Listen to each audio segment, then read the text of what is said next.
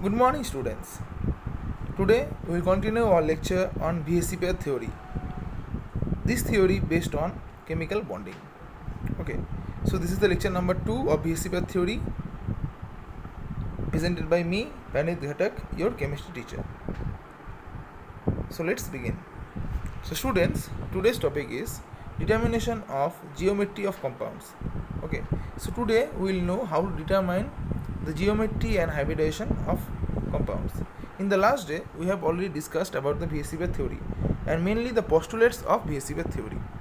And today we will see the application of BSc pair theory. That is determination of geometry of compounds, mainly geometry and hybridization of compounds. Okay, so let's begin.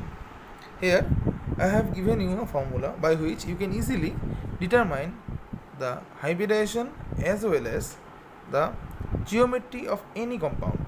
Okay, so at first you should check in a compound what is the central atom of a compound. Suppose in case of PCl5, what will be the central atom? Here phosphorus will be the central atom. Okay, so you may have a question that how to find a central atom in a compound. So a central atom should be that element in a compound that have a larger size, and number 2, or if any atom having larger size or less electron density, that atom will be the central atom in a molecule.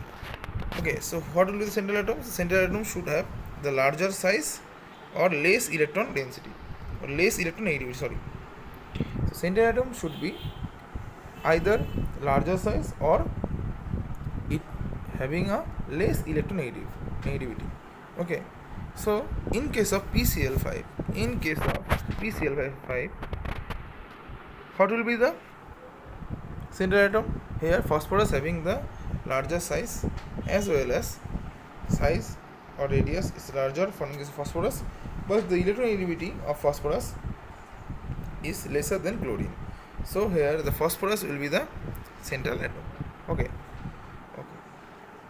and please note on that I am writing on my mobile screen and your screen as well. When you do see this kind of dictation or any kind of dictation in the video, please take a note on that, because I may not have been prepared a slide for that as well. Okay, so this determination of central atom is not in this slide, so please make a note on that. Okay, so after determination of the central atom, what should we do? We have to find the hybridization of a compound. Okay, so here I have given you a formula, that is H is equal to V plus M plus A minus C by 2. V plus M plus A minus C divided by 2. So here V is the number of valence electron present in a central atom. Okay, so V is the number of valence electron present in the central atom. M is equal to the number of singly bonded species or number of single bond of central atoms. A anionic charge and C is cationic charge, and H is the hybridization values. Okay, so by this H value, H can be anything 2, 3, 4, 5, 6, 7, 8, anything. Okay, so by this hybridization values we can easily find what is the hybridization of that compound and what will be the structure. By finding out the hybridization of any compound, we can easily find out the geometry and the structure of any compound. Okay, so H is the hybridization value, V is the number of valence electron of a central atom, M is the number of single bonded species, A is the anionic charge, and C is the cationic charge divided by 2. So V plus M, H is equal to V plus M plus A minus C by 2. Okay, so here we can see number of hybrid orbitals. Say this is the hybridization value. Number of hybrid orbitals means hybridization value. This is the value of H. Okay, so if the value of H is 2, then it will be S and P. So sp orbital will be linear. If the value of 3, then it will be sp3. S1sp2. So 1s2p, that makes 3 hybrid orbitals. So 1s and 2p, that makes sp2. That will be our diagonal planar. If there will be each value is 4, then 1s3p, that is sp3. That will be tetrahedral. If the value is 5, then it will be sp3. This 1s3p and 1d. And if the value is 6, then it will be sp3d2. 1sp3, that is makes 4. 1s and 3p, that makes 4, and 2d d2. So sp3d2, that makes octahedral. Okay, so 6 if hybridization value is 6, then it will be sp3d2, that will be octahedral. Okay, so here are some of the example as well. Let's go through by giving some example. Okay, here this is CO2. In case CO2, carbon should make double bond.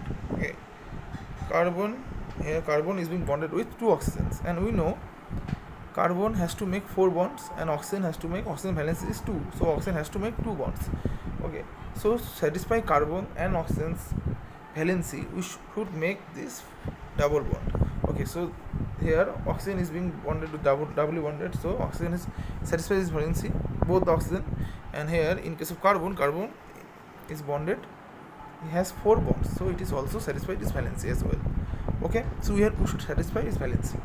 Okay, here in case of carbon, so this is the rough figure of CO2, and here we have to use the formula. The formula is H is equal to number of valence electron, that is V. Number of carbon is in group number 14. As it is group number 14, so last number is 4, so the valency will be, number of valence electron will be 4, plus number of singly bonded atom, that is M. As no atom is being singly bonded, because both the oxygens are double bonded, so there is 0. And number of anionic charge, there is no anionic charge, 0, and no cationic charge as well, so it is also 0, divided by 2. So 4 by 2, that makes 2. So if there is 2, that means 1, the hybridization value is 2, then according to the chart, so what will be the hybrid orbital? 1s and 1p, that makes xp. So the hybridization of CO2 will be sp hybridization, and the shape will be linear, because sp or hybrid orbital having the shape linear. Okay, so you can see there is linear CO2, the shape is linear. Okay, so let's move to another example. Okay, let's move to the PCl5. Okay, so here PCl5, it will consume more position. Suppose chlorine has the valency of 1, so it will make only 1 bonds, so there will be 5 bonds. Okay, and the center atom is phosphorus, because it has the larger size and less electronegativity. So what will be the hybridization value? Hybridization value will be, first thing is the valence electron, number of valence electron. Phosphorus is in the group number 15. The last digit of this group is 5, so the number of valence electron will be 5, and plus monoatomic species, that means the singly bonded species. Here the 5 single bonds are there, so 5 single bond species are there, so it is also 5. The number of cations and number of anionic charge, there is no anions, so the anionic charge is 0. Same goes for the cation as well, there is no cations, it's also 0 by 2 divided by 2, so 10 divided by 2, that makes 5. So the hybridization value is 5. So what will be the hybridization? So the hybridization will be 1sp3, that means sp3, that means 1s plus 3p, that means 4, and so there will be 1d, so sp3d. So hybridization will be sp3d, and the shape will be diagonal bipyramidal. So the shape will be diagonal bipyramidal. Okay, so the shape will be diagonal bipyramidal, TBP. Okay, so you can easily find out and determine the geometry and the hybridization of any compound by this technique. Okay, this technique is almost 100% correct for all the elements. Okay, for all the compounds, actually for all the covalent compounds. Okay, so you can use this formula to determine this trick to determine the geometry and hybridization of any compound. Okay, So that's it for now. I hope you have understood this part very well. If you get any kind of doubt, you can ask me anytime. Okay, so thank you very much.